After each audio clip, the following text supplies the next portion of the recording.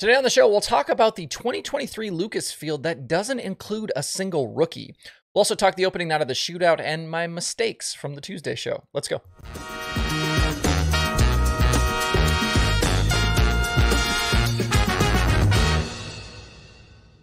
It's Wednesday, December 28th. I'm Justin Fiedler. This is Dirt Tracker Daily. I always try and help promote those out there who are making content around dirt racing, and just this morning I added 3 more creators to the channel section at youtube.com/dirttracker. The first is Billy Dietrich. He's been doing stuff for a while now around his Central PA-based sprint car racing. He's been added to that section. Check him out for all kinds of different sprint car stuff. And he's been kind of doing some how-to stuff and a bunch of different video types over there, so check him out. I also added Old Number 7 Garage. This is modified racer Tim Nash and his family. They built a sizable following now, over 30,000 subscribers. They kind of document all of their racing adventures. I also added Chase Deeds. He's getting a new YouTube channel rolling as he starts his own sprint car team for next season. He's been doing a lot of really cool stuff over on TikTok, and now he's crossing over to YouTube as well. So those 3 channels have been added. I also wanted to spotlight Sheldon Hodenshield. Him and his team have dropped another video here in the last 24 hours. These videos we've gotten from Sheldon they're super high quality. Jesse and Dirtco Media have done a great job with these. But it just continues to show, kind of the advancement and how important it is for content creation around dirt racing. It's an incredible way to share ideas and just the cool-ass stuff that these drivers and teams are doing. If you're a racer or a team and you want to step up your content for 2023, like all of these examples I just mentioned, check out today's show sponsor, MSP Mounts. These camera mounts were created by sprint car racer Dan McCarron, and these will work to capture video for whatever you race. Pavement, dirt racing, if you're doing ATVs or your side-by-side, it does not matter. These will work for you. These are great for action cameras. They'll fit a wide range of tubing and bar sizes, and they're super easy to use. And you won't spend a lot of time between your on-track sessions moving this thing from one position to the next or digging through the toolbox for a screwdriver. You just grab these things. You just grab this mount or this clamp, spin it on and off, and you'll be back into whatever you're doing. Super simple. These are used by some of the top creators in dirt racing. And when you buy from Dan and MSP Mounts, you'll know that you're supporting a business in the dirt racing community. As a special offer, just for the Dirt Tracker audience, you can get 10% off your order over at mspmounts.com. Just make sure to use the code DIRTTRACKER at checkout. That's DIRTRACKR at checkout for 10% off your order over at MSP Mounts. And if you're watching the shootout this week, or if you tune into the Chili Bowl, you'll definitely see some of these mounts in action.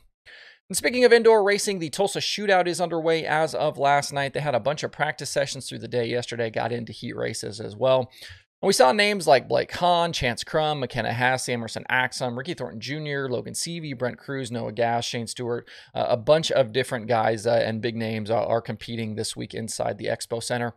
The Wednesday schedule includes more heat races for Outlaw Non-Wing. There's restricted A-Class Wing, Junior Sprints, and then today will also be followed by D and C mains for Outlaw Winged. If you don't know what the Tulsa Shootout is, basically think about Chili Bowl, but instead of midgets, it's micro sprints, multiple classes, crap load of cars inside the expo, well across 1,000 cars. I think something like 12 or 1,300 cars.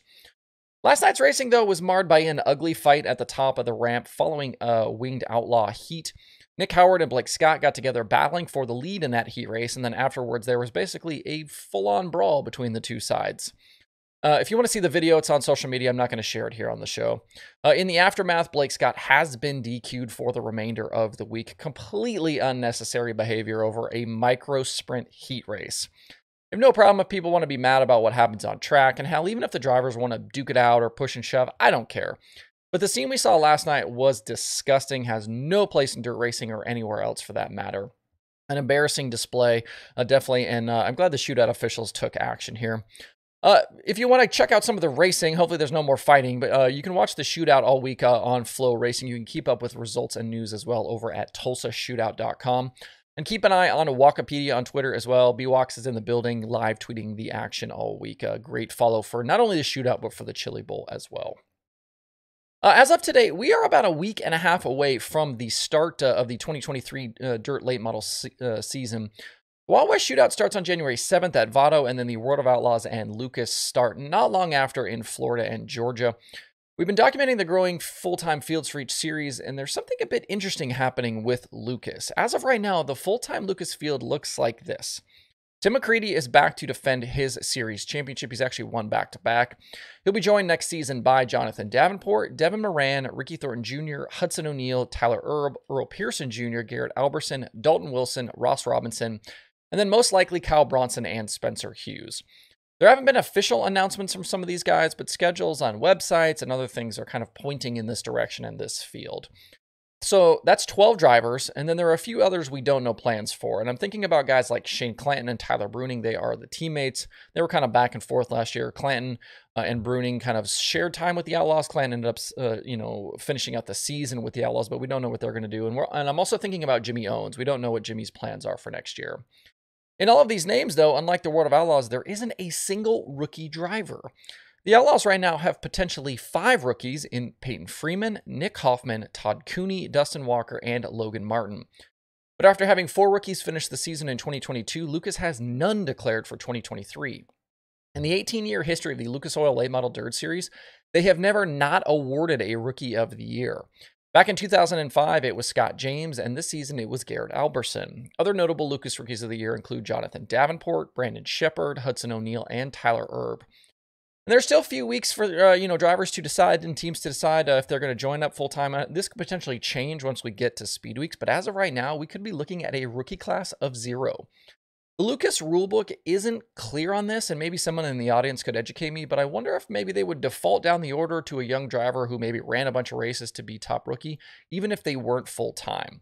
If I get any clarity here, I will certainly let you know on the show. All right, I do want to correct a couple of mistakes from yesterday's show. I did say that high limit races were $23,000 to start and $1,500 to win. I obviously just got my words jumbled up on that one. Those races are $23,000 to win and $1,500 to start. There were a bunch of comments about it, so thanks to everybody that pointed that out to me. What's interesting, though, is the entire comment section missed the much larger mistake I made yesterday in confusing Parker Martin and Logan Martin. I mistakenly said Parker Martin was joining the World of Outlaws late model field for 2023, when in actuality, it's Logan Martin. And all I had was one Facebook comment. Some of you are really asleep at the wheel out there and pointing out my mistakes. Logan Martin made 11 starts with the Outlaws in 2022 with a best finish of 14th at Volusia. He did lead some laps and finished top 5 at Boone in 2021 with the Outlaws. Racing elsewhere this past season, he had 2 wins with the Comp Cam Super Dirt Series and a late season victory with MLRA. My apologies to Logan on the confusion. If you're looking for other podcast episodes this week, Ohio Dirt is back. They've got Trey Jacobs. Hoagie's Garage has Sean Neistat, and there are new episodes of the Dirt Reporters and Passing Points Down Under. To see the full list of shows and episodes, head over to dirttracker.com/podcasts. And there are 3 items on the streaming schedule today. Flow Racing has day 2 of the Tulsa Shootout and Flow 24/7. There's also Dirt Vision now. To see the full daily streaming schedule with links to watch, visit dirttracker.com/watch tonight. Don't forget, too, if you want to grab some Dirt Tracker merch, you can do that anytime over at shop.dirttracker.com. I've got hats, I've got shirts, I've got decals, I've got multiple decal options, I've got sprint cars and late models, I've got logos.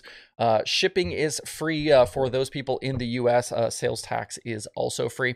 So grab something now, shop.dirttracker.com. That's it for the show today. Have a good Wednesday. Thanks, everybody, for tuning in. We'll be right back here tomorrow for more Dirt Tracker Daily.